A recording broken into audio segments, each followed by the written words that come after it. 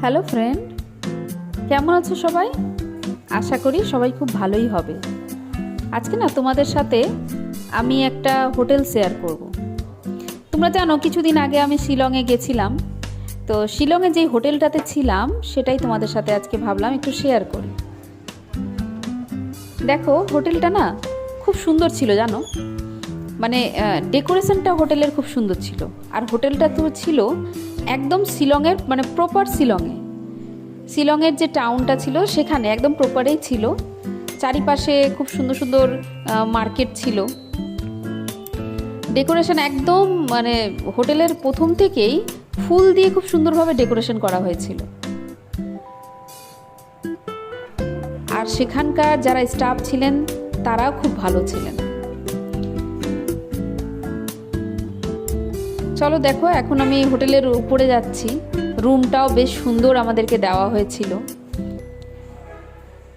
তবে সেখানকার একটা সিস্টেম ছিল, জানো, যে সেই রুমের মধ্যে তোমার দুজন থাকতে পারবে, দুজনের বেশি তিনজন থাকতে পারবে না। যদি সঙ্গে ধরো ছোট বাচ্চা থাকে তবে বাচ্চার কোনো ব্যাপার না, কিন্তু দুজনের বেশি তিনজন থাকা যাবে না। ডেকোরেশনটা দেখো, খুব সুন্দর ডেকোরেশন, তাই না? এখানকার দারুণ লাগছিল, জানো, চারিপাশে এত সুন্দরভাবে ডেকোরেট করা হয়েছিল। দেখতেই পাচ্ছ শোপিসগুলো খুব সুন্দর ছিল।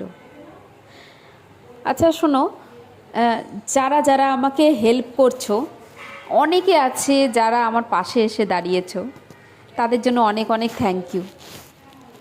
এইভাবেই আমার পাশে থেকো, আমিও সবার পাশে আছি।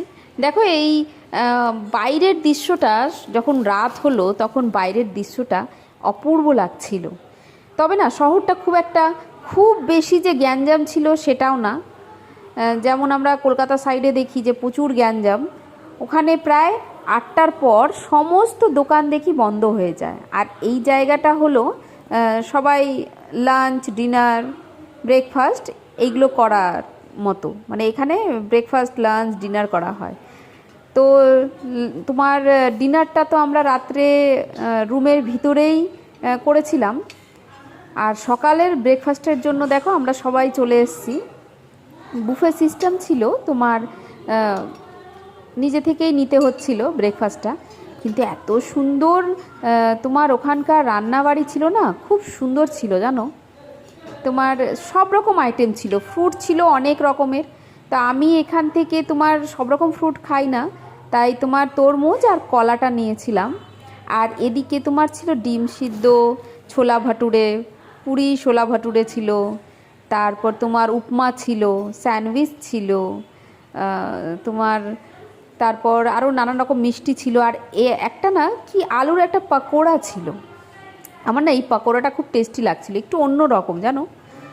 তারপর তোমার যারা দুধ কমপ্লেক্স খায় তাদের জন্য ব্যবস্থা ছিল।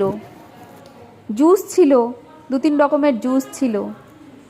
এত সুন্দর মানে সেখানকার খাওয়ার দাওয়ার টেস্টগুলো ছিল, দারুণ লাগছিল, টেস্টগুলো দারুণ হচ্ছিল। দেখো আমরা সবাই খাওয়া দাওয়া করতেই বসেছি, কিন্তু এত টায়ার্ড ছিলাম না, আমি না গাড়ি জার্নি করতে পারি না, জানো। তো এই জার্নি করার ফলে ভাইয়ের তোমার ওখানে এত জার্নি করার ফলে না আমি খাওয়া দাওয়ারই কেমন খেতেই পারছিলাম না, কী যে হয়েছিল। সব নিয়ে লাস্টে প্লেটে ছেড়েছি। তাহলে আজকে এখানেই রাখলাম, চলো টাটা, বাই বাই।